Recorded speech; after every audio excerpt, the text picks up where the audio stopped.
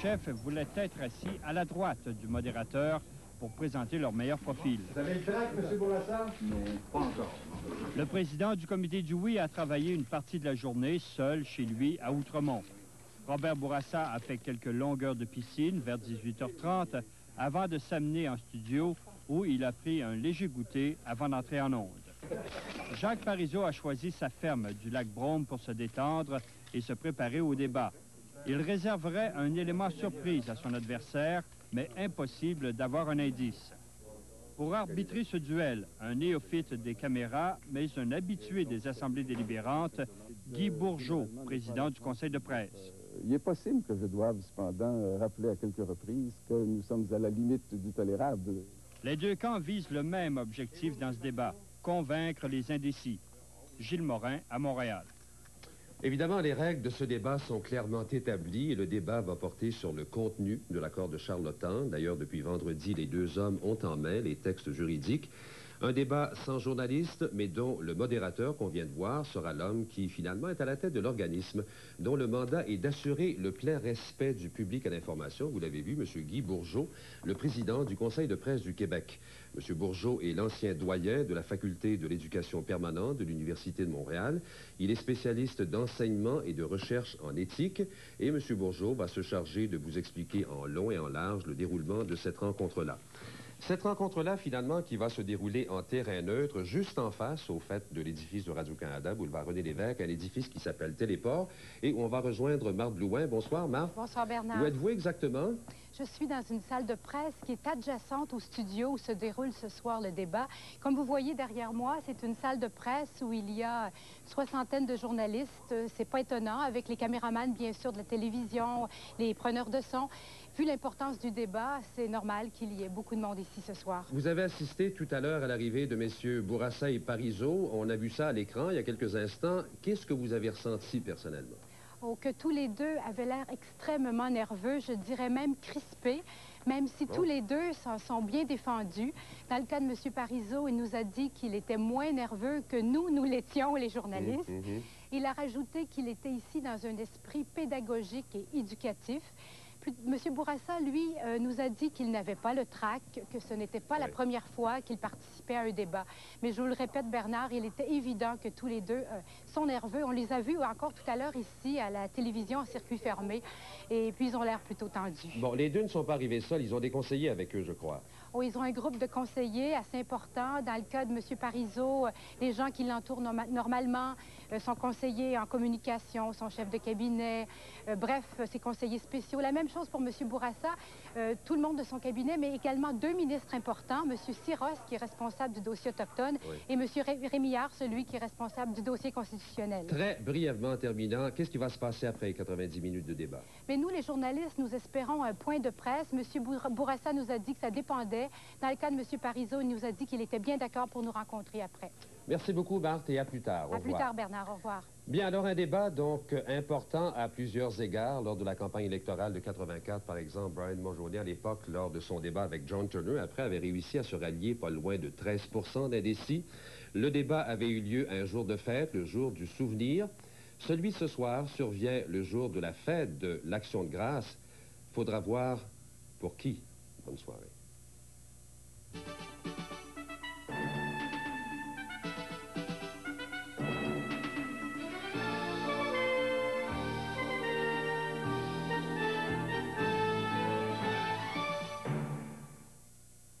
Bonsoir et bienvenue à ce Face-à-Face 92. Face-à-face pour débattre de l'entente de Charlottetown. Avec nous, M. Robert Bourassa pour le oui, M. Jacques Parizeau pour le non. Mon rôle ce soir, poser à nos invités les questions préparées par des représentants de chacun des médias qui prennent part à l'événement de ce soir. Également, assurer une répartition équitable du temps entre nos deux invités et voir à ce qu'on ne s'écarte pas de l'objet du débat et des questions posées. Le débat se déroulera selon des règles établies et donc acceptées par les deux parties. Chacun disposera au départ de 4 minutes pour exposer son point de vue. Suivra le débat proprement dit en 4 étapes sur les points suivants. le partage des pouvoirs et le pouvoir fédéral de dépenser, le droit inhérent des Autochtones à l'autonomie gouvernementale, la société distincte, l'Union économique et la clause Canada, les institutions fédérales et la formule d'amendement. Pour chacun des grands thèmes retenus, je poserai d'abord une question à l'un des invités qui aura 2 minutes pour y répondre. Un droit de réplique de 2 minutes également sera ensuite donné à son opposant, à qui je poserai sitôt après une deuxième question, accordant de nouveau un droit de réplique à l'autre partie. S'engagera alors un échange libre d'une durée de 6 minutes. À la fin du débat, 4 minutes seront de nouveau accordées à chacun pour conclure. Pour ouvrir ce face-à-face et pour en établir l'ordre d'alternance, un tirage au sort a été effectué et a désigné M. Robert Bourassa, à qui je cède la parole. Monsieur Bourassa. Monsieur le modérateur, Monsieur le président du comité du non, on me permettra en commençant de saluer chaleureusement tous mes compatriotes qui nous regardent sans doute très nombreux et de les assurer que nous ferons tout ce que nous pouvons, du moins de mon côté, pour avoir la meilleure qualité d'information sur cette entente constitutionnelle. Comme on le sait, j'ai décidé de soumettre cette entente au peuple québécois pour différentes raisons. D'abord, mes collègues avaient décidé ou proposé, j'étais d'accord avec eux, qu'il y ait un référendum national sur l'ensemble du territoire canadien. Il y avait aussi le fait que nous faisions face à la plus importante réforme constitutionnelle de l'histoire du Canada.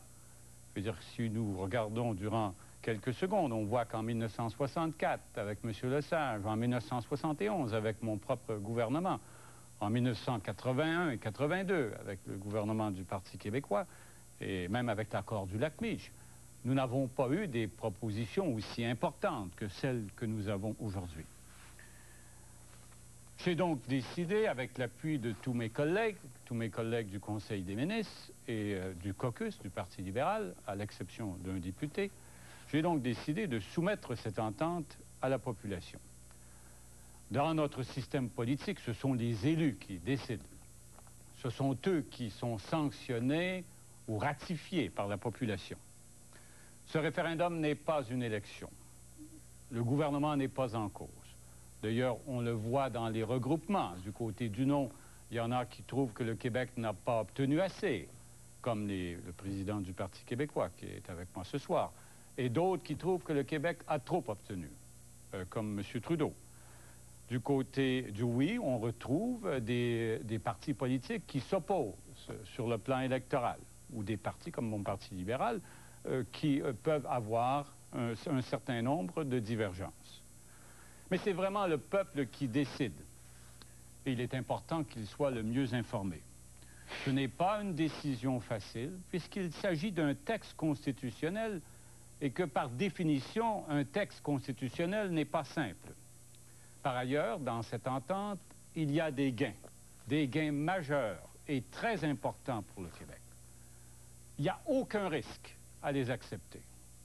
Il y a des gains qui ont trait à la protection du Québec pour son avenir.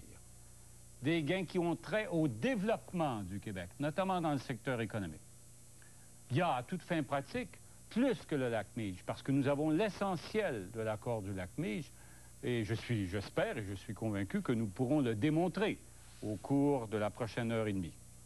Il faut ajouter à cela que les Québécois gardent toute leur liberté d'action pour l'avenir, en acceptant cette entente.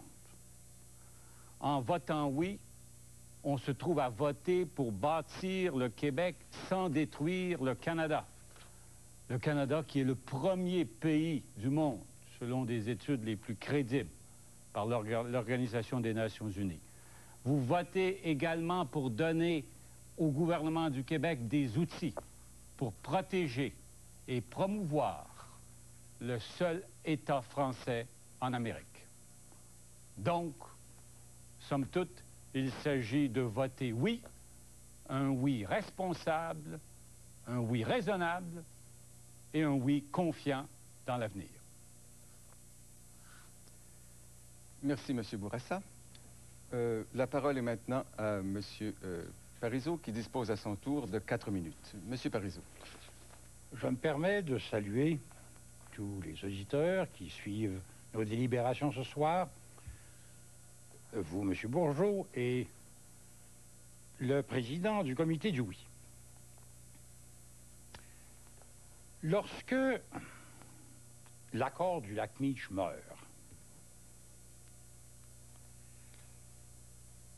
il va apparaître très rapidement que le premier ministre du Québec a un rapport de force extraordinaire face au reste du Canada. Je lui ai tendu la main à l'Assemblée nationale parce que le Québec était vraiment très mal pris, si on passe l'expression. Là-dessus, on a construit la commission Bélanger-Campeau. La commission Bélanger-Campeau qui va faire un large consensus sur l'avenir du Québec, à bien des égards. Il y a les souverainistes qui veulent avoir à peu près tous les pouvoirs d'un État normal. Et puis, il y a les fédéralistes qui veulent renouveler profondément le système fédéral. Mais une chose est claire, il n'y a plus personne qui veut d'un Québec, d'un statu quo, d'un Québec qui continuerait comme il est. C'est ça, l'esprit de Bélanger-Campeau, c'est là tout le rapport de force du premier ministre du Québec. Il va s'appuyer sur son propre parti avec le rapport à l'air pour justement demander encore des changements profonds au régime fédéral. Et l'entente que nous avons devant nous reflète quoi? Elle reflète un gouvernement du Québec qui a reculé, qui a accepté des choses qu'il n'aurait jamais dû accepter, que tous ses prédécesseurs, que le premier ministre du Québec lui-même, il y a 20 ans, avait refusé à Victoria. Non, le gouvernement du Québec, le premier ministre, ont laissé glisser cette négociation. Et on le voit de bien des façons. On n'a pas eu Meech. Les 5 conditions de Meech que le premier ministre considérait comme minimales, ben, il ne les a pas eues. Sur le plan de la société distincte en particulier, c'est si peu. C'est si peu que des constitutionnalistes disaient récemment c'est un recul pour le Québec. Que M. Wells, que M. Chiota, ce Colombie-Britannique, disait il n'y a rien dans tout ça. Ça ne veut plus rien dire du tout. Il a accepté, toujours le premier ministre du Québec, dans la clause Canada, des clauses tellement contradictoires que sur le plan de la langue, de la protection de la langue française et de la loi 101, nous allons être en face, au mieux, de discussions devant les tribunaux qui dureront très, très longtemps, en tout cas d'attaque contre la loi 101. Sur le plan du partage des pouvoirs, peu de choses, beaucoup de mots, surtout, mais surtout, le report à plus tard de toute espèce de négociation. Sur les 60 éléments de l'entente, 28 doivent être négociés. 28. Et les textes juridiques qui ont été publiés ne font que confirmer ça. La moitié de ce qu'il y a dans ce texte doit être renégocié. On s'étendra tout à l'heure aussi sur le principe qui a fait que le Québec accepte pour la première fois d'avoir vraiment la portion congrue dans une institution fédérale. Mais tout ça pour dire qu'une fois qu'on la voit bien, cette entente, qu'on l'a bien regardée, qu'on l'a bien analysée, il semble qu'il n'y a qu'une solution possible, qu'il n'y a qu'une réponse possible au référendum, c'est de dire non. De dire non, comme le disent aussi bien des souverainistes que beaucoup de fédéralistes très déçus qui pensaient que le système serait tout à fait modifié et qui se retrouvent devant ça. Merci, M. Parizeau. Nous passons maintenant, après ces 2 interventions d'introduction, ces 2 déclarations, aux questions et aux échanges sur le premier grand thème du débat, le partage des pouvoirs et le pouvoir fédéral de dépenser. La première question est posée à M. Robert Bourassa. M. Bourassa, vous avez toujours réclamé un partage des pouvoirs qui soit clair, qui réduise les chevauchements et les coûts des chevauchements entre le fédéral et les provinces. Or, l'entente semble maintenir la présence du fédéral dans chaque secteur. Soutenez-vous aujourd'hui avoir obtenu par l'entente de Charlottetown un partage des pouvoirs clair et qui réduit le chevauchement. Je veux dire, l'objectif du gouvernement du Québec et de l'État du Québec, c'est de pouvoir avoir les outils pour son développement. Je veux dire, si nous regardons depuis 125 ans, c'est la première fois que nous allons chercher des pouvoirs additionnels. Et je crois que dans le domaine de la main-d'œuvre, notamment, c'est important pour le développement économique d'avoir ces outils. C'est évident qu'il faut partager d'une certaine façon, qu'il faut des objectifs nationaux. On n'est plus en 1867. En 1867, je veux dire, il n'y avait pas d'automobile, il n'y avait pas d'ordinateur, il n'y avait pas d'avion, il n'y avait pas de téléphone cellulaire, tant qu'il y ait. Mais aujourd'hui, nous sommes dans un marché commun. Nos entreprises doivent vendre à l'extérieur. Il y a des travailleurs qui doivent déménager ou qui doivent aller travailler dans d'autres provinces. Il faut des moyens de transport qui puissent permettre le développement des marchés. Alors, il s'agit simplement d'être pratique, d'être réaliste. Ça veut dire, d'où vient ce dogme de dire il faut absolument tout avoir? Nous avons la reconnaissance, pour la première fois, que le Québec a une compétence exclusive dans toute une série de pouvoirs. C'est nettement plus que l'accord du Lac-Mead. J'aurai l'occasion de le démontrer clairement au chef de l'opposition au cours de la discussion. Nous avons l'essentiel de l'accord, mais nous allons chercher tous ces pouvoirs.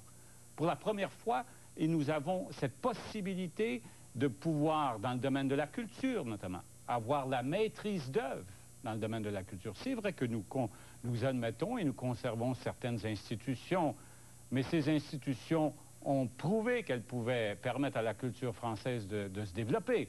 Alors, en quelques secondes, tout ce qu'on peut dire, c'est que nous sommes réalistes, nous sommes pratiques, nous vivons à l'aube de l'an 2000, nous ne vivons plus en 1867, et c'est dans ce contexte-là qu'on a décidé. C'est maintenant le droit de réplique de M. Parizeau.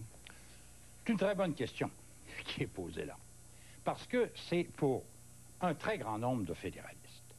C'était vraiment la façon de réformer le système.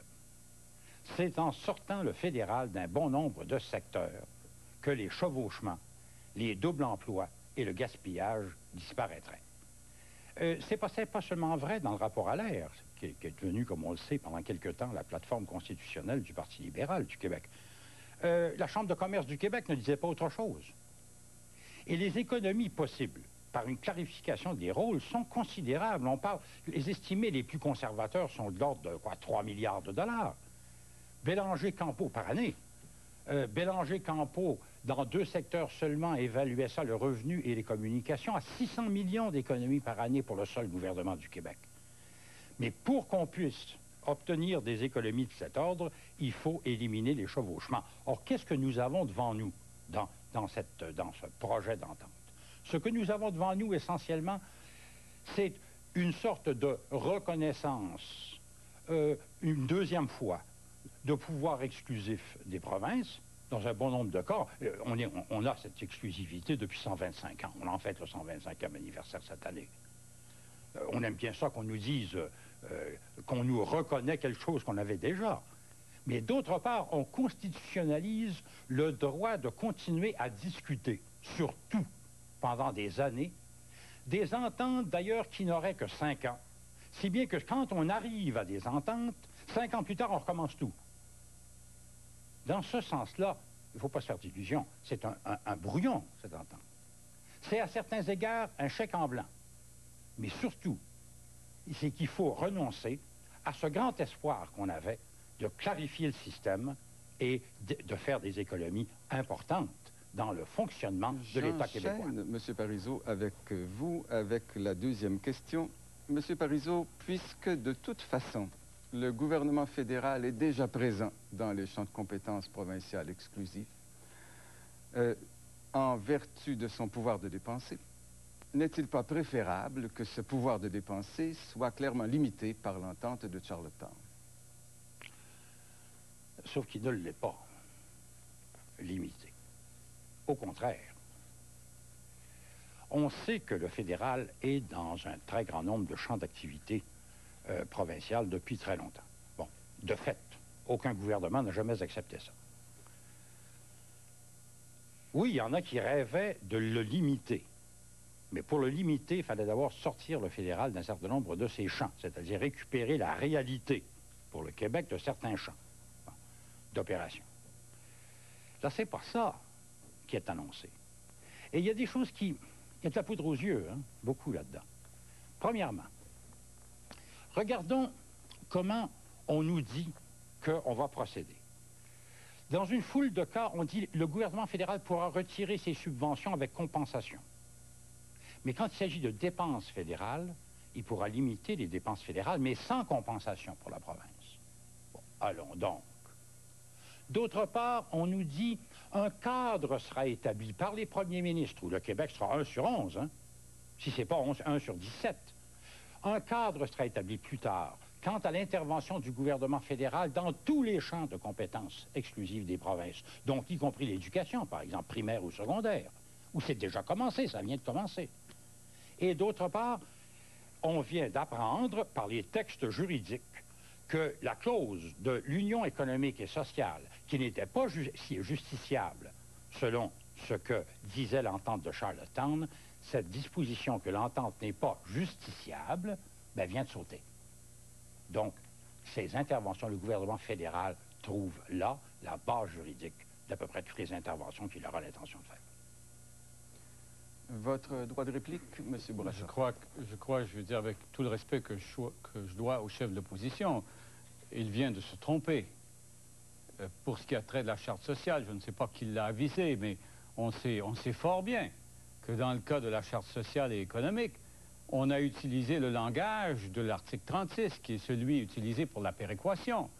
Or, on sait fort bien que dans la péréquation, ce n'est pas justiciable, parce qu'on a vu très souvent le gouvernement fédéral et le ministre des Finances, l'ancien ministre des Finances, l'a pu le constater lui-même. On a vu très souvent le gouvernement fédéral baisser ses paiements de péréquation. Alors, comment peut-il soutenir ce soir, si c'est ça qui était sa bombe, ça se transforme en pétard mouillé? Je veux dire, comment peut-il soutenir que c'est justiciable alors qu'on utilise le libellé juridique d'une section où, de toute évidence, ce n'est pas justiciable? Alors, je demanderai au chef de l'opposition de vérifier ces affirmations. Je crois que c'est une erreur qui démontre que sa connaissance de l'entente, et je le dis très respectueusement, sa connaissance de l'entente est imparfaite et qu'à cet égard-là, on peut peut-être comprendre son hostilité si les autres sections de l'entente sont interprétées comme celles de la Charte sociale. Pour ce qui a trait du pouvoir de dépenser, pour la première fois, il y a une obligation constitutionnelle, encadrement du pouvoir de dépenser. Lequel encadrement se trouve à assurer que les priorités provinciales seront respectées, qu'on va éliminer des chevauchements et la duplication de manière à économiser des coûts. C'est vrai que dans certains cas, on pourra en parler tantôt dans le débat, c'est vrai que dans certains cas, nous n'avons pas réclamé, je parle de l'assurance chômage, parce qu'il faut qu'on, comme chef de parti, bon, on peut accepter un rapport, je l'avais fait pour le Lac-Mich, mais comme premier ministre, il faut que je sois réaliste. Accepter un rapatriement qui coûterait 1,2 milliard aux Québécois, 400 $ par travailleur, ça me paraît inacceptable en pratique. Voilà. S'ouvre maintenant, comme convenu, une période d'échange libre de 6 minutes, toujours sur le thème du partage des pouvoirs et du pouvoir fédéral de dépenser. Et M. Parizeau a la parole. Si le premier ministre croit vraiment que 36.1 n'est pas justiciable dans la version de 1982, comme il le disait tout à l'heure, ah ben là, je comprends un peu ses réactions. J'aimerais simplement lui dire que ça commence à l'être. Il y a des références que l'on peut faire à des décisions de la Cour de l'Alberta, par exemple de la Cour d'appel de l'Alberta de 1988, qui indique que c'est en train de devenir justiciable. Attention. Ah, comprenons-nous bien, là. C'est très joli de dire, oh, il n'y connaît rien, ou il n'y connaît pas suffisamment. Mais enfin, ça a été creusé, ces choses. Ça a été creusé. Non, mais vous arrivez J'en reviens. D'accord. Oui, ben, seulement pour ajouter quelques mots sur l'encadrement. Le premier ministre dit, il y a un encadrement du pouvoir fédéral de dépenser. Un encadrement, il est à venir. Il n'y a rien dans le document qui indique ce que sera ce cadre. L'encadrement sera déterminé par un certain nombre de premiers ministres qui se réuniront et où on sait très bien qu'il y a quoi? Des premiers ministres des provinces et un gouvernement fédéral qui tiennent à un État fédéral fort. Et un premier ministre du Québec qui, de temps à autre, souhaiterait au contraire des pouvoirs décentralisés. Bon, alors... Vous vouliez prendre la parole. C'est ça, oui. Ben oui, voilà. Je ne sais pas comment le temps se partage, mais ce que je veux dire au chef de l'opposition, je veux dire, je ne mets pas en cause sa compétence. Je dis simplement que sur cette question-là, j'ai moi-même, quand même, j'ai participé à toutes ces discussions juridiques. Et c'est clair que j'ai toujours insisté pour que ce ne soit pas justiciable. Et on n'est pas pour partir un débat juridique, mais je peux dire au chef de l'opposition que s'il avait des craintes à cet égard-là, elles ne sont pas fondées. La péréquation a été réduite il y a quelques années et personne n'est allé devant les tribunaux et a gagné. Alors, dans ce contexte-là, je crois que c'est... Bon, ça arrive à tout le monde. Je crois que c'est une mauvaise interprétation. La volonté d'éliminer les chevauchements et la duplication, cette volonté, elle existe dans toutes les provinces. Avec les coûts, on mentionnait les coûts tantôt, les gouvernements provinciaux trouvent qu'avec le niveau actuel de déficit, il faut appliquer ce qu'on appelle en Europe le principe, l'approche subsidiaire. Je veux dire, c'est un mot qui est nouveau, la subsidiarité. Mais on est dans un monde nouveau, on n'est plus au siècle dernier. Et dans cette question-là, il faut remettre aux provinces là où ils sont plus efficaces et garder certains objectifs qui sont liés au territoire du marché commun canadien. Alors, ça me paraît tout simplement une formule qui est conforme au bon sens. Et dans la question que nous posons aux Québécois, nous disons aux Québécois, voulez-vous sur cette base accepter l'entente? On va chercher l'ACMI, on va parler de la société distincte tantôt et d'autres questions. Voulez-vous sur cette base accepter, au lieu de dire non et de tomber dans le statu quo, comme vous disiez vous-même, c'est inacceptable, accepter et aller chercher tous ces pouvoirs additionnels, mais d'une façon pratique. À tous les 5 ans, c'est normal. C'est normal qu'on vérifie les montants. Si on ne le faisait pas, le chef de l'opposition dirait, ben voyons, ça n'a pas de sens. Si les flux financiers évoluent, si les montants changent, on ne pourra pas actualiser ces montants-là. Alors, encore une fois, c'est le bon sens, c'est le pragmatisme. Je comprends, M. Parizeau, que vous voulez enchaîner.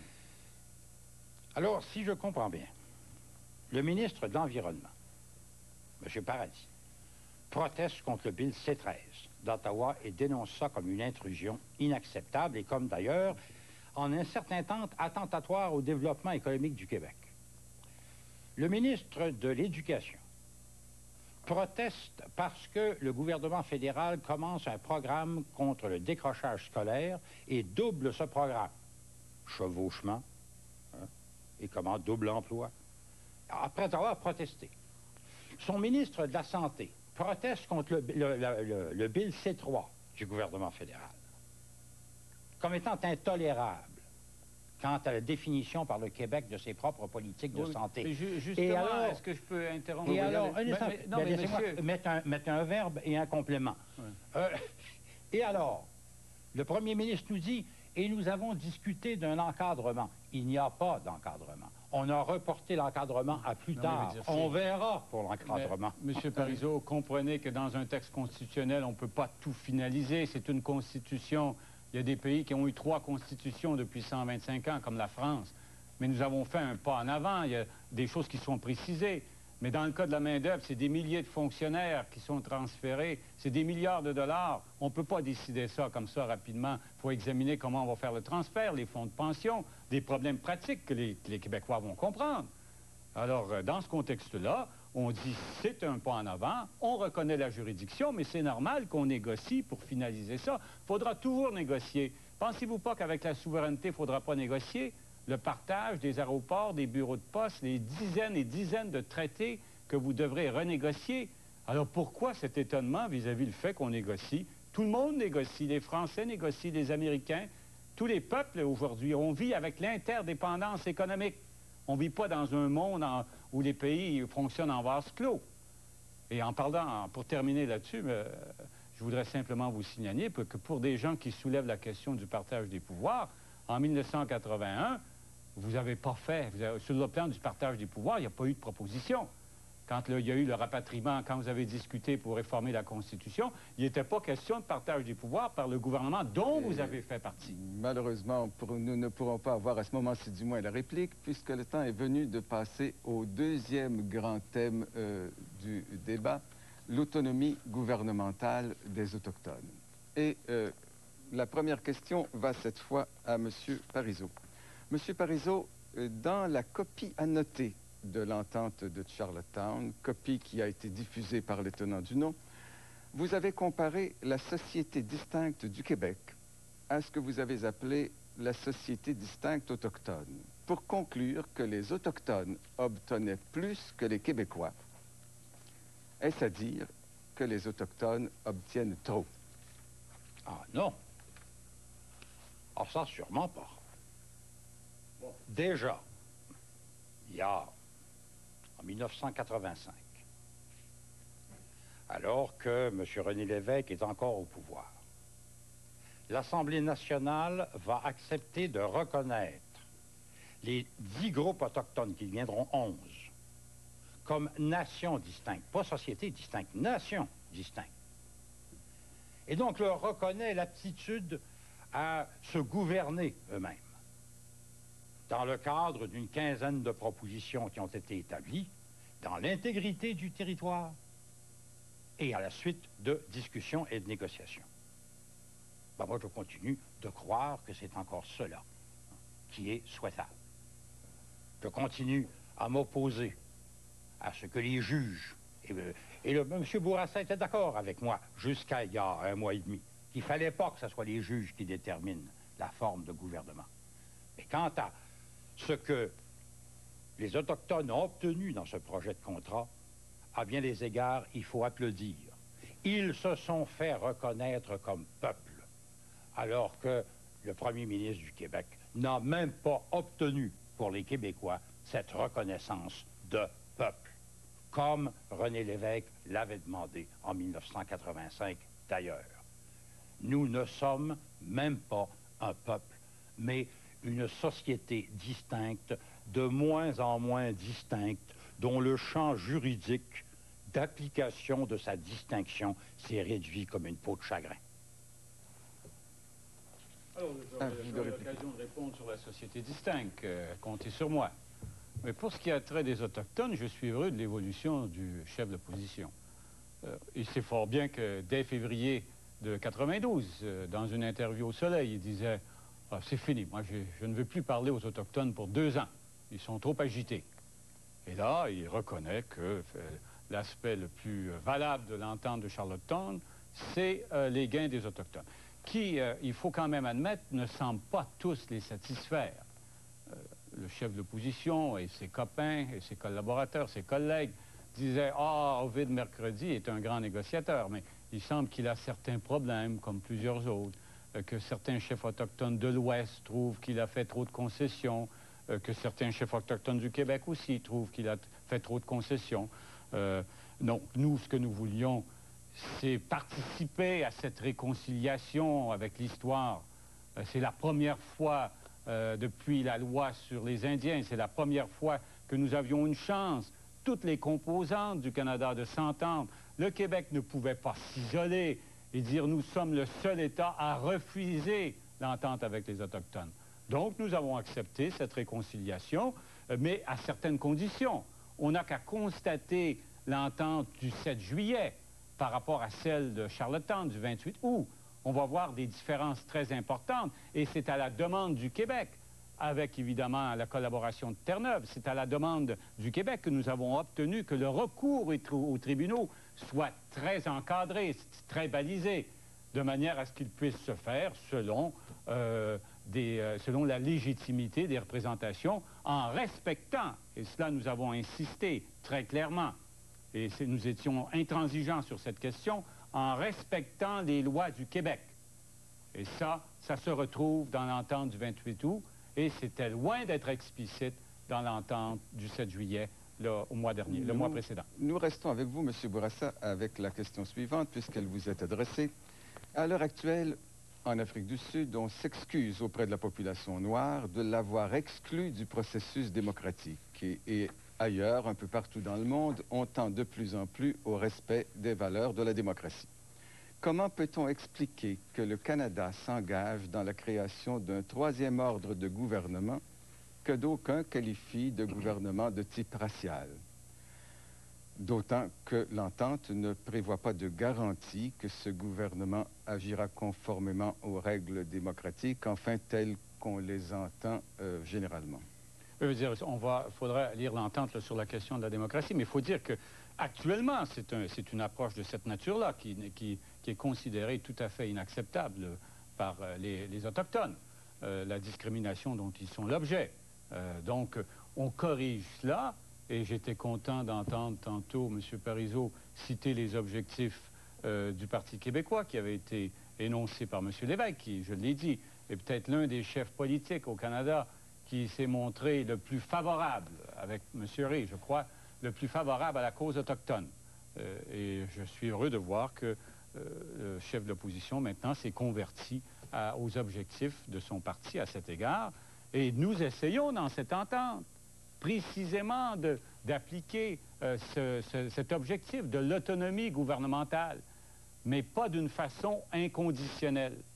Nous essayons de le faire en disant, il faudra que les objectifs, et ça fait partie des textes juridiques, ils sont très clairs, il faudra que les objectifs soient bien énoncés sur la culture, la protection de la culture et la langue.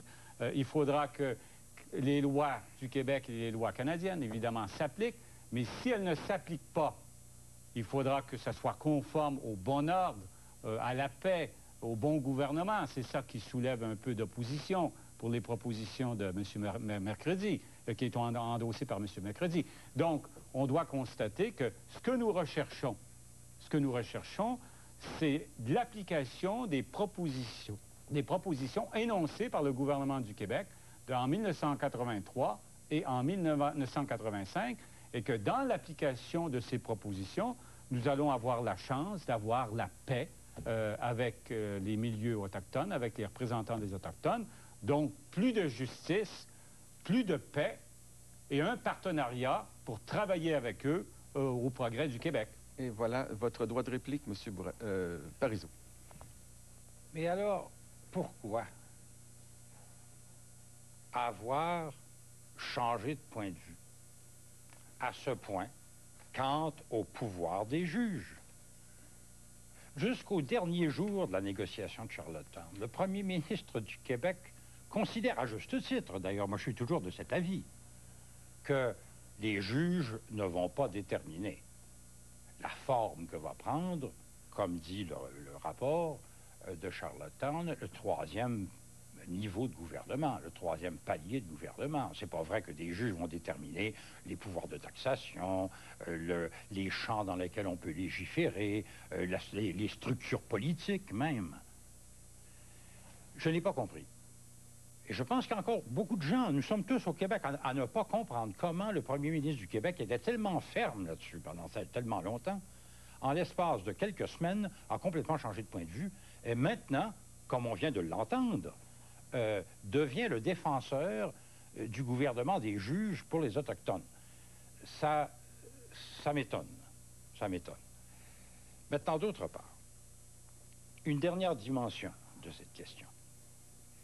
Quand on aura dit tous non, ou presque tous, au rapport, au texte de Charlottetown, enfin, quand beaucoup de gens auront dit non à ça, il va falloir quand même sauver cette disposition qui s'applique aux Autochtones et qui reconnaît leur pouvoir de se gouverner eux-mêmes. Je pense que il n'y a pas beaucoup de progrès dans ce texte, il y a dans cette proposition.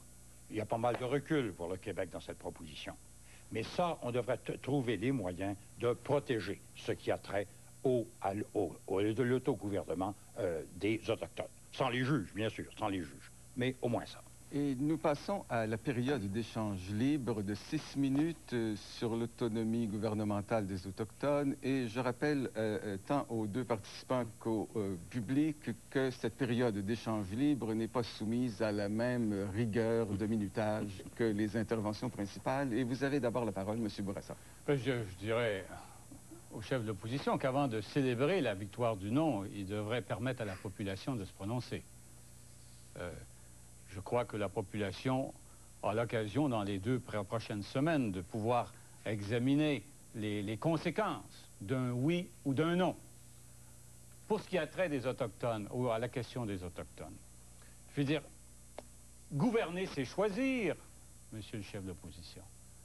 Et si nous refusons aux Autochtones les droits que nous possédons, nous, de recourir aux tribunaux pour interpréter les lois, si nous leur disons, vous n'avez pas le droit, vous devez vous entendre avec nous, le risque, c'est le pourrissement de la situation, c'est les affrontements.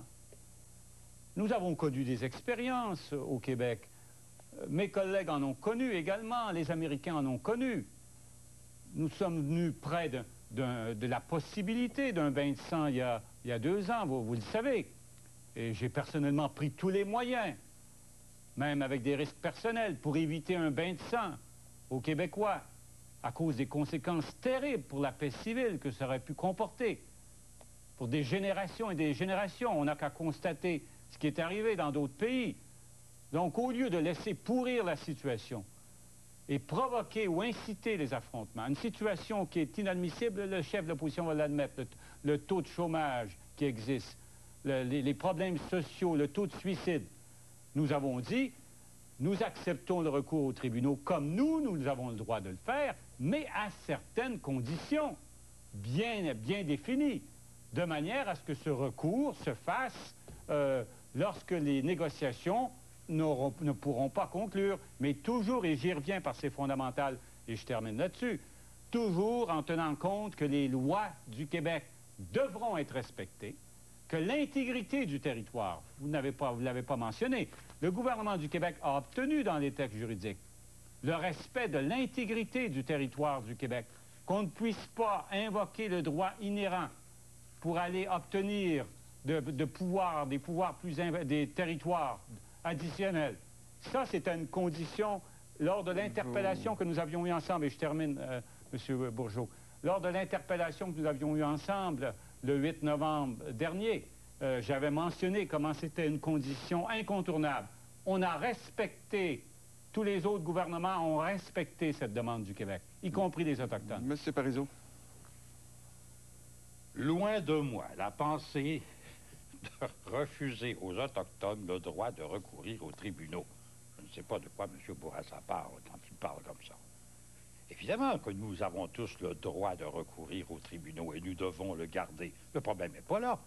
Il s'agit de savoir si on demande aux tribunaux de définir la façon dont notre gouvernement fonctionne. Il s'agit de savoir si ce sont les juges qui vont organiser un gouvernement, dire comment sont ses pouvoirs et comment ils sont agencés. Oui, mais tout est encadré. Ça, un instant. Non, tout n'est pas écoutez, tout le est respect reporté. Le respect des lois, l'intégrité du Monsieur territoire, le modérateur. L'identification des objectifs. Monsieur, allez, continuez. S'il vous plaît. Deuxièmement, mais on n'a pas dans cette entente fait, comme le dit le premier ministre, respecter l'intégrité du territoire québécois. Tout ce que l'entente dit, c'est qu'elle ne crée pas de nouvelles demandes territoriales ou de nouveaux droits territoriaux. Je comprends bien. À l'heure actuelle, tout ce qui n'est pas demandé, qui n'est pas l'objet de revendications territoriales, et ça vient d'un de vos ministères, hein, cette carte-là d'énergie et ressources, c'est le petit bout de la Gaspésie ici et un petit bout au sud du Saint-Laurent. Voilà, c'est tout. Tout le reste est revendiqué. Et vous me dites, comme un grand succès, que ça ne crée pas de revendications additionnelles. Mais il manquerait plus que ça. Entre nous, il manquerait plus que ça. Oui, mais écoutez, je voudrais... Vous n'avez pas le droit d'exciter les inquiétudes des Québécois en procédant comme vous le faites avec des... Mais quand même, vous savez fort bien que ces demandes-là, en Colombie-Britannique, c'est des demandes équivalent à plus que 100% du territoire.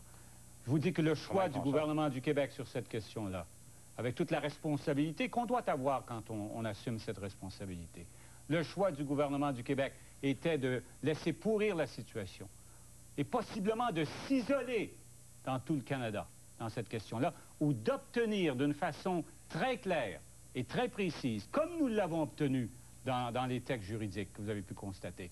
On dit aux Autochtones, vous pouvez recourir aux tribunaux, mais vous devrez respecter les lois du Québec. Vous devrez respecter l'intégrité territoriale du Québec. Vous pourrez faire rechercher certains objectifs, c'est normal, dans le domaine culturel ou dans le domaine de la langue. Alors, ce que je vous dis, c'est que nous avons réussi pour la première fois dans l'histoire, à faire cette réconciliation, à travailler vers cette paix, mais en respectant les priorités et les droits du Québec. Je connais le problème autochtone. Je connais le problème autochtone. Je pense, pour répartir le temps un peu équitablement, oui, M. Parizeau. Bon.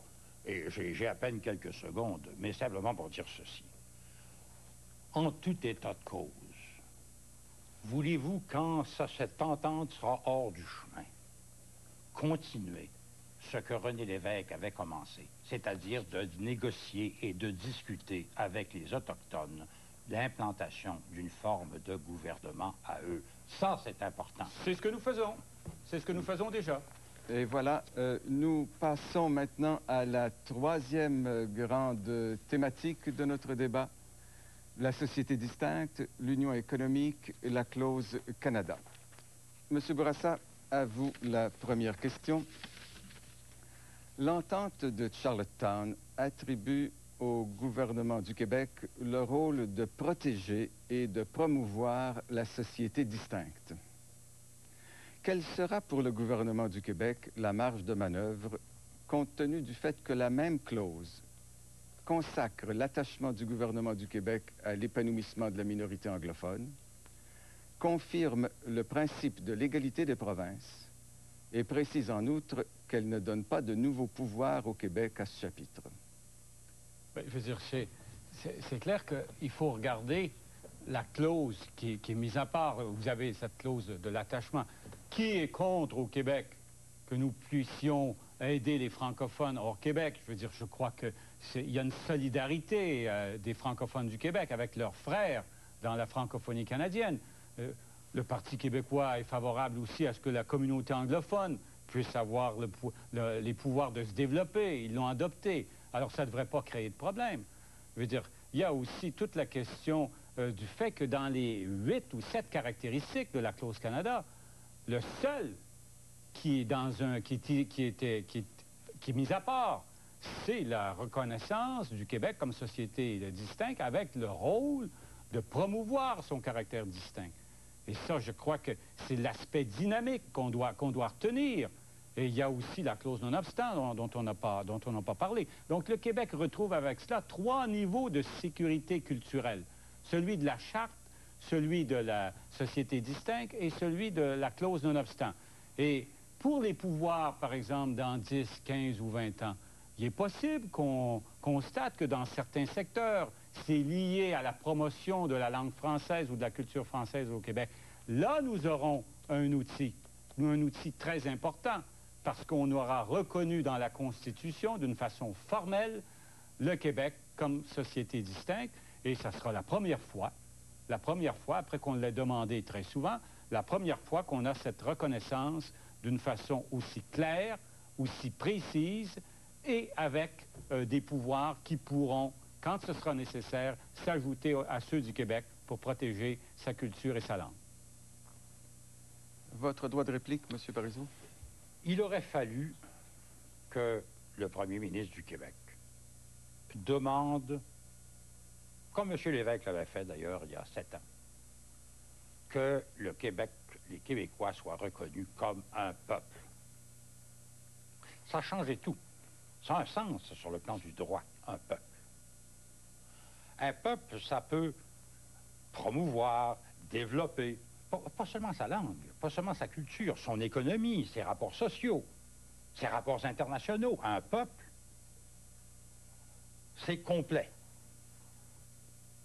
Lorsque M. Bourassa fixe comme première condition de l'acceptation de Mitch une société distincte qu'il ne définit pas, certains se disent, mais peut-être est-ce que justement parce que c'est pas défini, ça pourrait s'appliquer à des tas de choses et pas seulement à 2 ou 3 aspects de la question. Et donc, il croit avoir peut-être une amorce de la reconnaissance d'un peuple là-dedans. Mais avec l'entente que nous avons devant nous, il ne s'agit plus de ça du tout. La société distincte est maintenant définie essentiellement à partir d'un critère de langue, de code civil et de culture. Il est clair aussi que c'est placer dans une clause Canada ou d'autres éléments comme, et c'était dans la question tout à l'heure, comme par exemple l'égalité des provinces, comme par exemple les clauses de promotion des langues minoritaires, font que tout ça va faire une sorte de salmigondis où on pourra attaquer les morceaux de la loi 101 qui ne l'ont pas encore été, sans qu'on sache d'ailleurs exactement comment les cours vont trancher. Parce qu'il y a tellement de principes possiblement contradictoires dans la clause Canada que finalement, on s'en va vers, à nouveau, des procès, des causes devant les tribunaux, avec tout ce qui s'ensuit. Voilà, je reste avec vous, M. Parizeau, mais cette fois avec une question sur un sujet différent. Si on se reporte encore une fois à la copie annotée de l'entente de Charlottetown qui a été diffusée par les tenants du nom, vous laissez entendre dans le chapitre sur l'Union économique canadienne que les institutions économiques québécoises seraient menacées. Comment pouvez-vous soutenir, étayer cette affirmation? C'était une interrogation jusqu'à ce qu'on voit les textes juridiques sortir. Alors là, les textes juridiques, comme le disait le premier ministre il y a 2 jours, ont clarifié des choses. Là, maintenant, on sait que le gouvernement fédéral va, par un cadre, à négocier avec les premiers ministres, où Québec sera 1 sur 11 ou 1 sur 16. Le Québec on va négocier un cadre d'intervention fédérale. Ça donnera ce que ça donnera, on verra bien quand ça aboutira. Mais dans l'intervalle, puisqu'on a fait sauter entre la version Charlottetown et le texte juridique, le fait que l'union économique n'était pas justiciable, ça a sauté, donc le devient. Et alors là, le gouvernement fédéral a des responsabilités très nettes à l'égard, par exemple, du fonctionnement de la libre circulation des produits, des biens, des services, des capitaux, des personnes. Ou alors là, nous allons nous trouver devant la situation où, par exemple, S31, qui cherchait à limiter les pouvoirs de fonctionnement de la Caisse de dépôt, aurait été considérablement facilité s'il y avait eu ce texte-là, si ce texte-là s'était appliqué à l'époque, où le gouvernement fédéral va trouver une justification d'entrer dans des secteurs où jusqu'à maintenant un certain nombre d'instruments économiques québécois nous permettaient d'opérer. Et dans ce sens, ah oui, le texte juridique a considérablement clarifié ce qui n'était pas aussi clair dans le document d'origine, dans le document de Charlottetown. Je crois que vous ne m'avez pas écouté quand j'ai répondu tantôt sur cette question-là. Je crois que ça sera... Vous devrez vous rallier, mais pour ce qui a trait, revenons à la société distincte. Vous n'aimez pas l'expression de la société distincte, mais vous devriez savoir que c'est une résolution de l'Assemblée nationale que vous avez votée vous-même qui parlait de l'expression de société distincte le 1er décembre 1981, alors qu'on voulait que le Québec soit reconnu comme société distincte.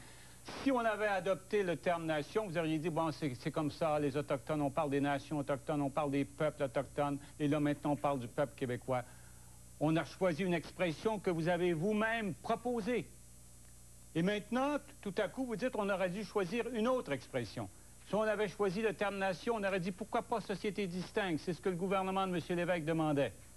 Alors, je suis tout à fait étonné. Et ce que je vous dis, c'est que pour ce qui a trait à la loi 101, je reconnais que vous avez admis que la loi 101 maintenant n'est pas en danger. Ah, vous ne l'avez pas. Alors je crois qu'encore une fois, vous stimulez la peur des Québécois injustement. Vous n'avez pas le droit, comme chef de l'opposition, de créer la peur de cette façon-là, quand vous savez fort bien qu'avec la clause non-obstant, la loi 101 est protégée d'une façon absolue, comme mon gouvernement l'a démontré. Nous pourrons revenir à la loi 101. Pour le moment, il était question de l'union économique. Ben, je veux dire, on parlait de la société distincte. On est en train de discuter de la société distincte. Et la loi 101 est plus proche de la société distincte que l'union économique. L'union économique, on en a parlé dans le partage des pouvoirs. Nous entrons de toute façon dans quelques secondes dans le débat libre qui permettra donc aux 2 personnes d'intervenir sur les 3 sous-thèmes. le Québec comme société distincte, l'Union économique canadienne et la clause Canada. Et pour ouvrir cette période de 6 minutes d'échange libre, M. Parizeau a la parole. M. Bourassa, tout à l'heure, disait « Alors, le concept de société distincte a été présenté par le Parti québécois en 1981. » Puis-je rappeler à M. Bourassa que les propositions de 1981, faites constitutionnelles, à l'occasion du rapatriement de la Constitution, le gouvernement du Québec, l'Assemblée nationale, y compris son parti, ont voté non, contre. On peut donc revenir autant qu'on voudra sur cette époque-là. Le fait est que ça a été non. On parle de oui. D'où vient l'expression société distincte? L'expression société distincte vient du gouvernement du Parti québécois dans une résolution que vous avez vous-même votée. Un instant. En 1985, le premier ministre du Québec, à l'occasion du Beau Risque, énonce d'un document d'ailleurs que vous citez souvent, c'est curieux que vous ne souciez jamais cette phrase-là, demande pour revenir dans la Constitution canadienne. Après tout, c'était votre but, en Mitch, de revenir dans la Constitution canadienne. C'est toujours votre but. Pour revenir dans la Constitution canadienne, M. Lévesque demande que le Québec soit reconnu comme peuple. Les Autochtones l'ont obtenu. Nous, on ne l'a pas obtenu à l'heure actuelle. Quand même. On en est même très loin. Le premier ministre n'a pas demandé. Il n'a même pas cherché à le demander. Maintenant, il s'excuse en disant « Vous avez inventé le terme il y a 11 ans. » Mais oui, mais vous avez... Le problème n'est pas là. Le débat est libre. Vous avez quand même, M. Parizeau, vous avez célébré l'accord du Lac-Meech quand il a été rejeté. Et vous savez fort bien que dans l'accord du Lac-Meech, on parlait de la reconnaissance du Québec comme société distincte. Et là, nous retrouvons, dans l'accord du Lac-Meech, il ne faut pas l'oublier, on parlait de la dualité linguistique qui était une caractéristique fondamentale. Alors que là, on retrouve la société distincte dans un article, je vous l'ai dit tantôt, j'ai dit un article à part, prenons un terme qui vous est peut-être un peu plus familier, dans un article indépendant des autres, parce qu'il y a différentes caractéristiques qui sont mentionnées, et la seule caractéristique qu'on retrouve dans un article indépendant, c'est la reconnaissance du Québec comme société distincte. C'est une expression que vous avez utilisée en 81. Alors, ce qui est important de savoir, parce que là, il ne faut quand même pas déraper dans le juridisme, mais est-ce que oui ou non, ce que nous avons obtenu dans le texte de Charlottetown menace la loi 101? Oui. Vous ne pouvez pas sérieusement, sans cultiver la peur et l'erreur. Vous ne pouvez pas sérieusement dire cela quand on a accès à la clause non-obstant. Je vous l'ai dit tantôt. La question est posée. Allez-y. À cet égard, là, je voudrais dire à M. Bourassa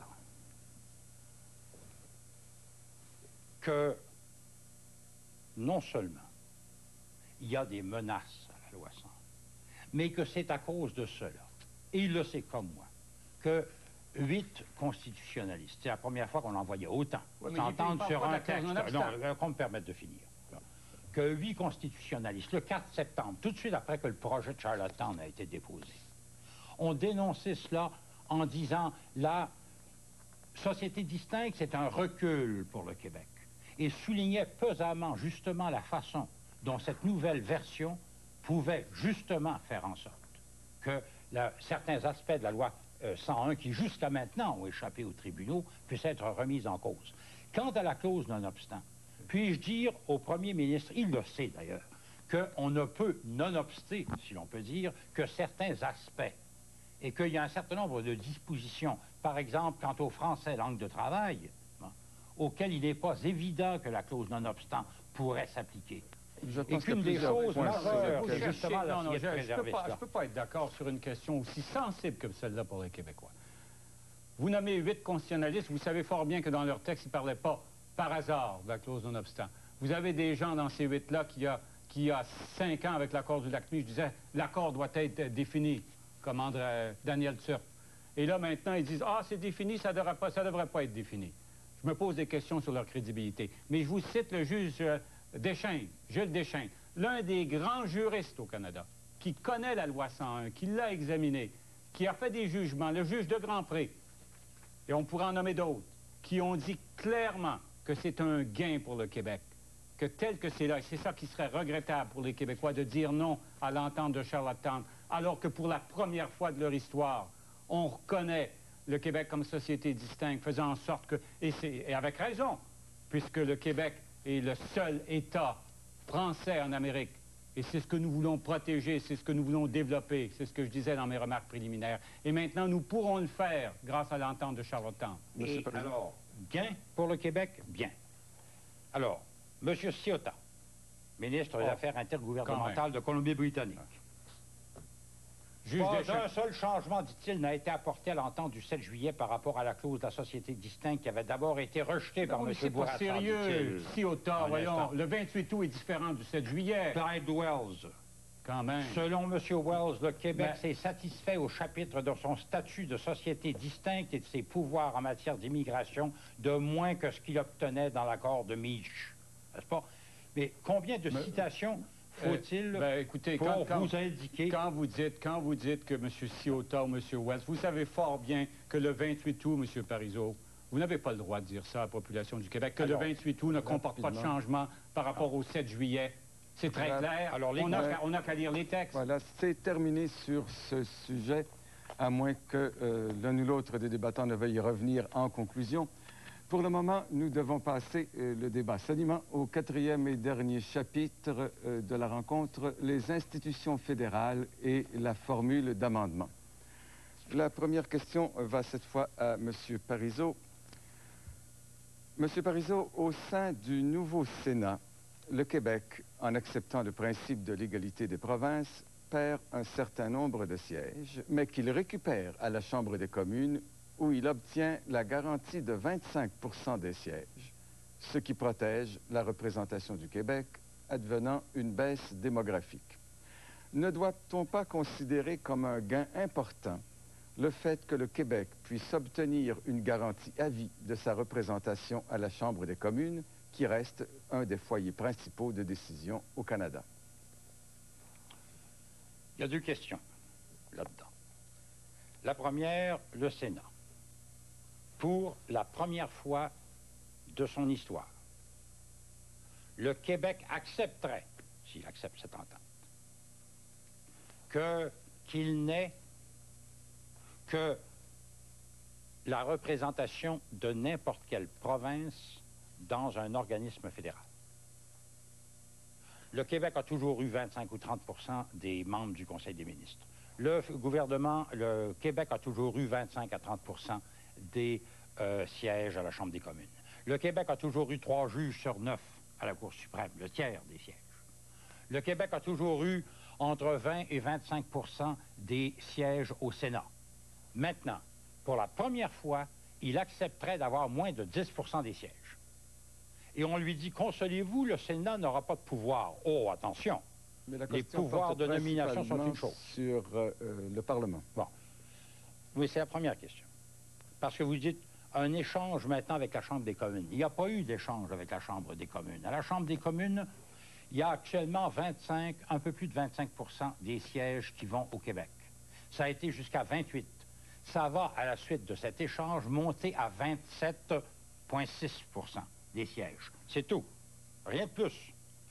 Un accroissement relativement faible en pourcentage et dont on sait d'ailleurs que, comment dire, tenez, on avait déjà 28 % des sièges en 1982, et ça n'a pas empêché M. Trudeau de rapatrier la Constitution contre notre volonté.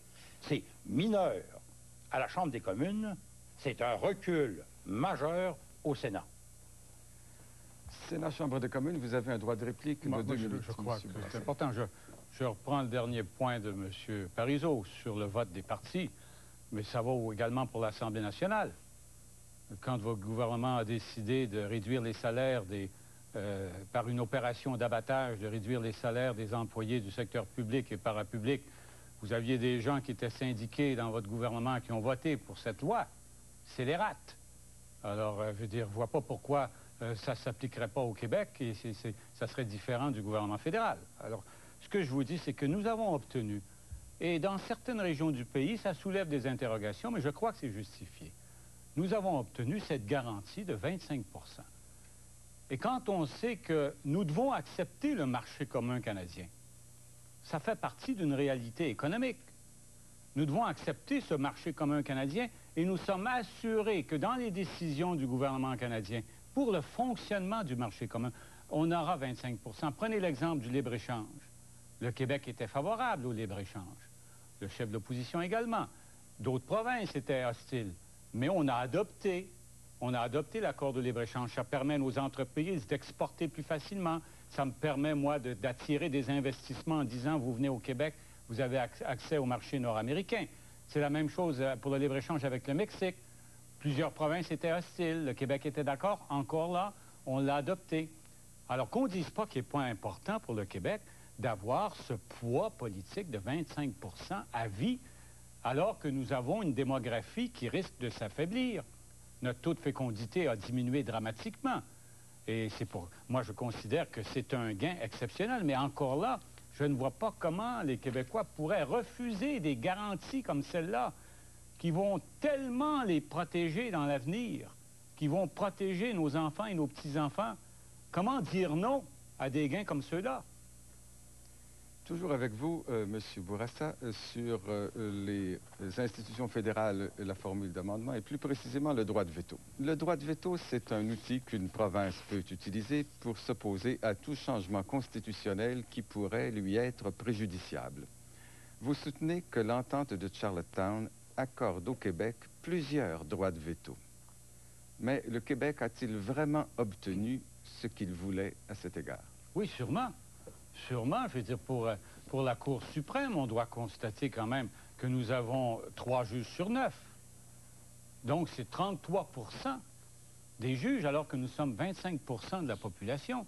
Nous avons une garantie à vie d'avoir 33 % des juges dans la plus haute cour. On parlait du Sénat tantôt, mais on connaît les pouvoirs de la Cour suprême.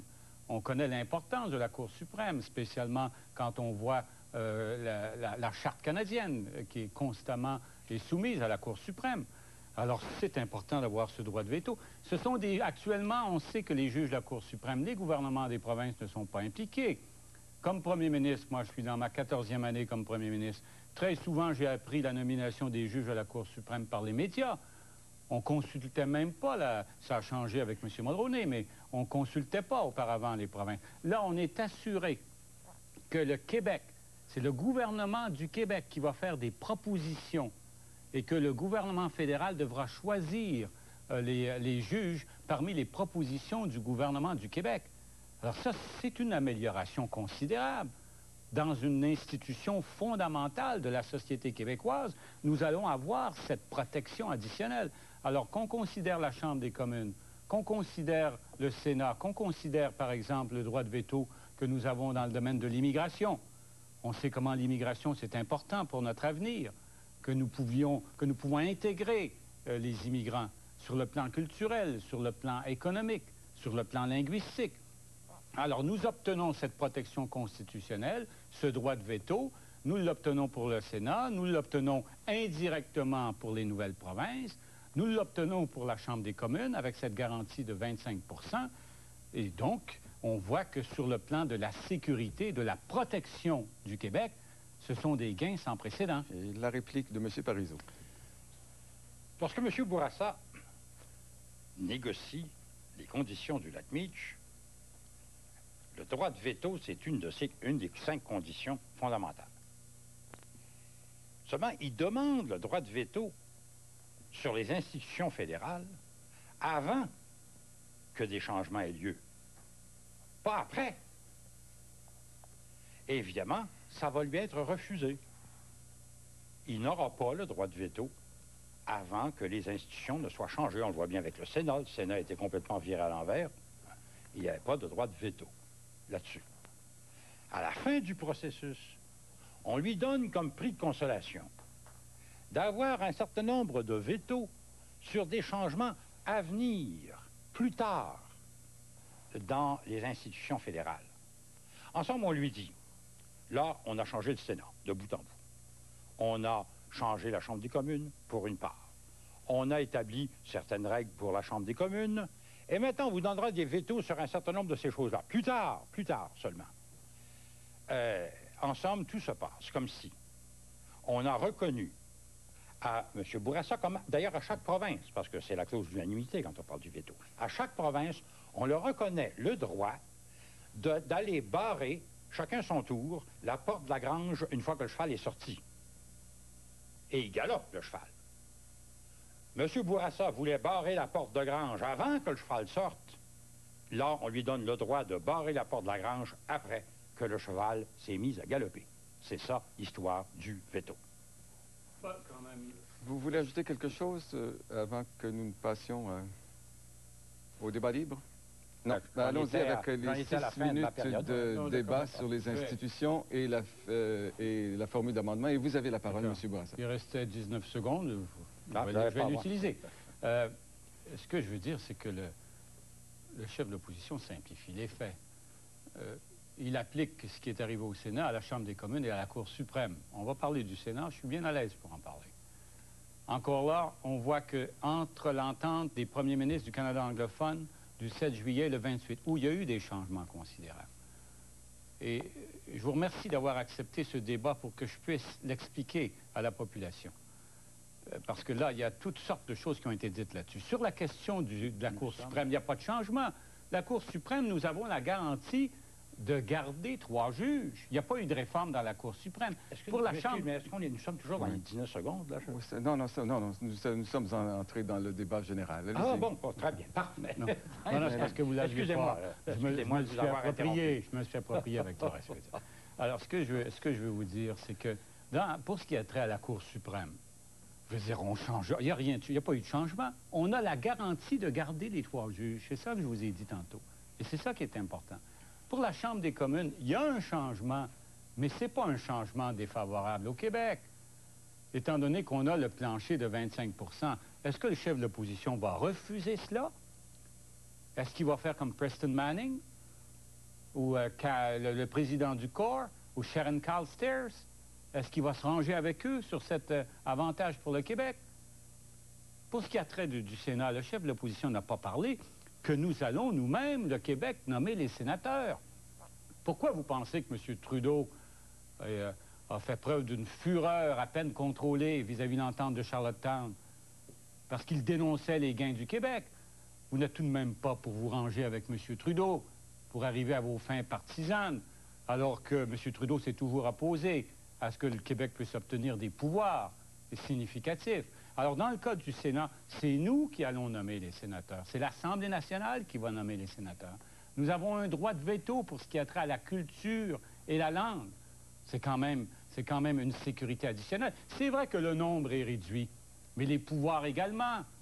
On a affaire au Parlement fédéral.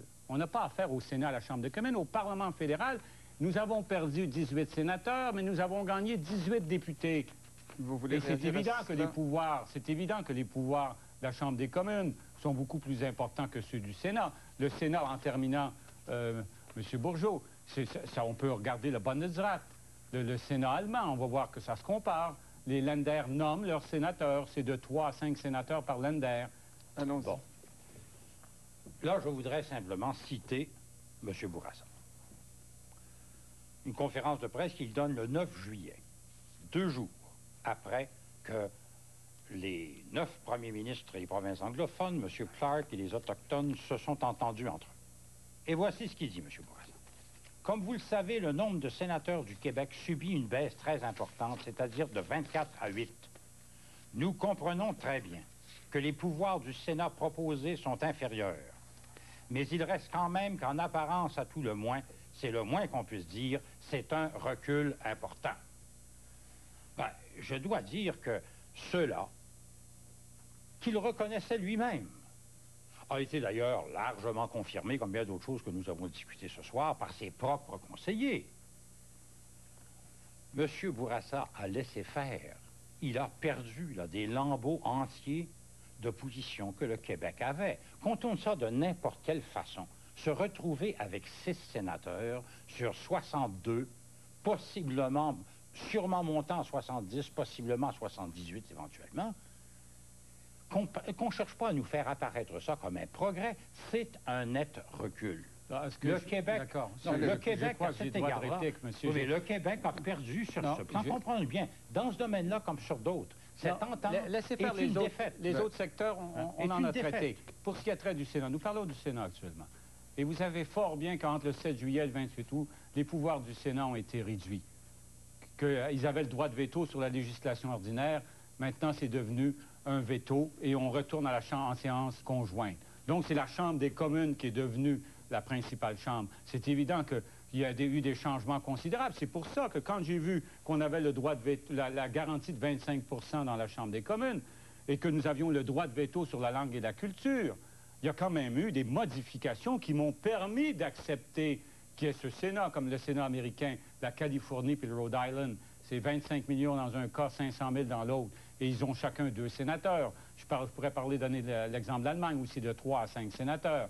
Alors ça, on retrouve ça un peu partout. Ce que je veux dire là-dessus, c'est que si nous regardons les pouvoirs, si nous regardons les garanties que nous obtenons, si nous regardons cette protection dans les différents secteurs que nous pouvons être assurés d'avoir, et on voit que le gouvernement, mais quand même, non, ce que je veux dire, c'est que je demande au chef de l'opposition, on va pas la garder comme ça jusqu'au bout. Un tout petit instant. Non, mais le 9 juillet, c'était avant. D'accord, M. Parizeau. C'est incorrect. Non, il faut dire essentiellement une chose. On ne peut pas passer sous silence quand on parle des pouvoirs du Sénat. Le pouvoir de nomination. De nomination de toute espèce de président d'agence, de président de tribunaux administratifs, où les Québécois, la présidence de Radio-Canada, du CRTC, où les Québécois seront 6 sur 62. Vous n'avez pas lu les textes juridiques. Maintenant, nous entrons maintenant, M. Bourassa, M. Parizeau, dans la dernière grande étape de la rencontre, celle des conclusions.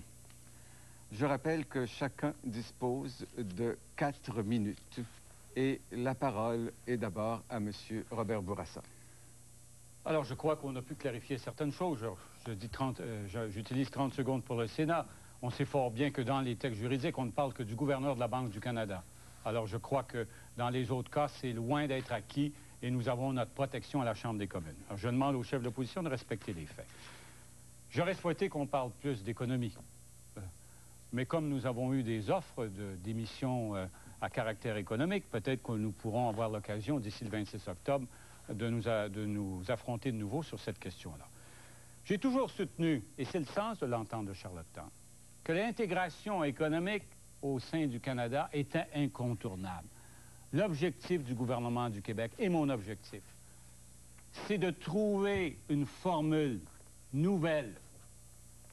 La souveraineté du siècle dernier, on le sait que le concept de souveraineté a évolué. Une formule nouvelle qui nous permet, à nous Québécois, en Amérique du Nord, de protéger notre identité nationale. Et en même temps, de tenir compte de l'interdépendance économique. J'ai toujours dit que les deux allaient de pair. On ne peut pas éviter l'interdépendance économique, on est au centre du marché commun. Et si on a l'interdépendance économique, il faut une intégration politique. Le Québec a des atouts considérables. Sa géographie en Amérique du Nord, son espace très vaste, très riche, son appartenance à l'une des grandes cultures de la planète, culture française. Par ailleurs, il y a des contraintes. Et je suis convaincu, c'est ma persuasion, que la rupture de la fédération n'est pas un choix réaliste, surtout avec la nécessité du marché commun. Surtout que le Québec a déjà des pouvoirs dans le domaine il contrôle pour protéger sa langue, ses lois avec le Code civil, il perçoit la majorité de ses impôts. Alors pourquoi voter non? Pour le statu quo? Le président du comité du non disait lui-même au début, la commission Bélanger-Campeau était contre le statu quo. Alors on ne peut pas voter non pour le statu quo. Alors si on ne vote pas non pour le statu quo, ça veut dire qu'on va voter non pour l'indépendance ou la souveraineté, parce qu'il y a 3 choix. Je comprends que vous êtes contre l'entente de Charlottetown. Vous voudriez que le combat électoral qui s'annonce porte sur le statu quo et votre option. Et vous savez qu'avec l'entente de Charlottetown, nous pourrons faire un combat dans l'intérêt des Québécois. nous pourrons faire un combat plus efficace parce que nous aurons amélioré le système fédéral. C'est pas terminé. Il faudra toujours discuter avec nos voisins, mais au moins nous aurons des outils additionnels. Je pourrais citer des arguments d'autorité. Quand on pense que des hommes d'affaires comme Laurent Baudouin, Guy Saint-Pierre, Michel Bélanger, qui était président de la commission Bélanger, sont pour le oui. Ou encore Jeanne Sauvé, la plus grande dame de l'histoire canadienne, recommande aux Québécois de voter oui. Alors, voter non, c'est prendre des risques, c'est perdre du temps. Qu'est-ce que c'est que la solution de rechange du non? On vient de le mentionner.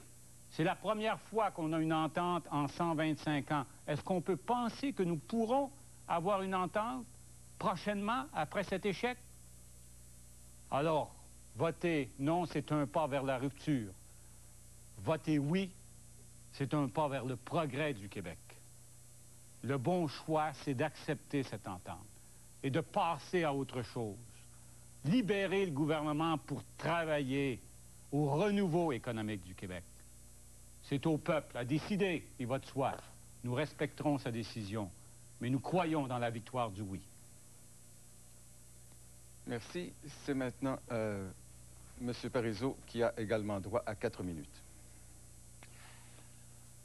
Avant de signer un contrat, on se pose toujours la question de savoir s'il est dans notre intérêt de le signer. Et ce contrat-là, il n'est pas différent. Et il apparaît, plus on le regarde, plus on s'en rend compte, qu'effectivement, ça n'est pas dans notre intérêt de le signer. Ce n'est pas dans l'intérêt des Québécoises et des Québécois de signer un contrat comme celui-là. Il marque, pour le Québec, dans certains cas, des reculs très nets. Il introduit des années de discussion, de négociation, de complexité, de confusion sans nom, justement dans certains des secteurs économiques qui sont importants pour l'activité économique au Québec. Dans certains cas, il offre un certain nombre de protections techniques, oui, à caractère largement juridique, mais assez étroit. Mais dans l'ensemble, il est dangereux, ce texte. Il est dangereux pour le Québec, et surtout, le fait que tellement de clauses ne soient pas du tout déterminées, soient renvoyées à plus tard. Encore une fois, la moitié des clauses de ce projet de traité seront réglées plus tard. On ne sait pas en quoi elles vont vraiment consister. Pour toutes ces raisons, il faut, je pense, voter non. Ça sera en 12 ans le 3e non du Québec. En 1982, le premier ministre du Canada, plutôt, M. Trudeau, a rapatrié la Constitution, a enlevé au Québec des pouvoirs qu'il avait, dans certains cas, depuis 200 ans, sur la langue ou sur les écoles. L'Assemblée nationale du Québec, les deux partis ensemble, ont refusé ce rapatriement unilatéral. Et c'est comme ça que le Québec n'est pas rentré dans la Constitution canadienne de 1982. Il n'y est toujours pas. Ça, c'était un non du Québec au reste du Canada. L'échec de Meach, il y a 3 ans, là, c'est le non du Canada au Québec. Québec, par la voix de M. Bourassa, demande, il le reconnaît lui-même, les conditions les plus minimales qui n'ont jamais été demandées. Or, pourtant, c'est trop. Et là, le Canada va dire non au Québec. Et là, nous arrivons à un 3e épisode, un 3e non, qui a l'air de vouloir être le non à la fois du Québec et de certaines provinces anglaises. Il est possible qu'on se dise non mutuellement cette fois-ci. Bon. Qu'est-ce qui est arrivé sur le plan des conséquences, là, du chaos que certains ont évoqué après le premier non de 82? Bien, il n'y a pas eu l'ombre du début d'un chaos. Et après le 2e non, on se souvient, dans les derniers milles des négociations de Meach, on disait si Meach ne passe pas, ça va être catastrophique. Bon, bien, ça n'a pas été catastrophique. Et le 3e non ne sera pas plus compliqué que ça non plus. Il va cependant peut-être permettre à ces deux gouvernements qui sont encore en poste pour quelque temps, M. Mulroney pour un peu moins d'1 an probablement, M. Bourassa pour, s'il le veut, pas loin de 2 ans. Bon. Enfin, de s'occuper de la relance économique. Enfin. Si on est capable de se débarrasser de ces discussions autour de ce contrat, de ce projet de contrat, on pourrait demander, là, à nos deux gouvernements, de se grouiller un peu pour amorcer cette relance de l'économie qui est, on le sait, très problématique. Moi, j'aimerais mieux penser qu'après un non retentissant, nos gouvernements comprendraient que là, il est temps de s'atteler au relèvement d'une économie qui en a bien besoin. Bonsoir et merci. Eh bien, voilà qui nous amène à conclure ce face-à-face. Voilà terminé, donc, ce face-à-face 92. Merci à M. Bourassa, merci à M. Parizeau, dont la rigueur et la courtoisie ont fait en sorte que je n'ai pas eu à intervenir. Bonsoir à vous tous et à vous toutes d'avoir assisté à ce rendez-vous et bonsoir.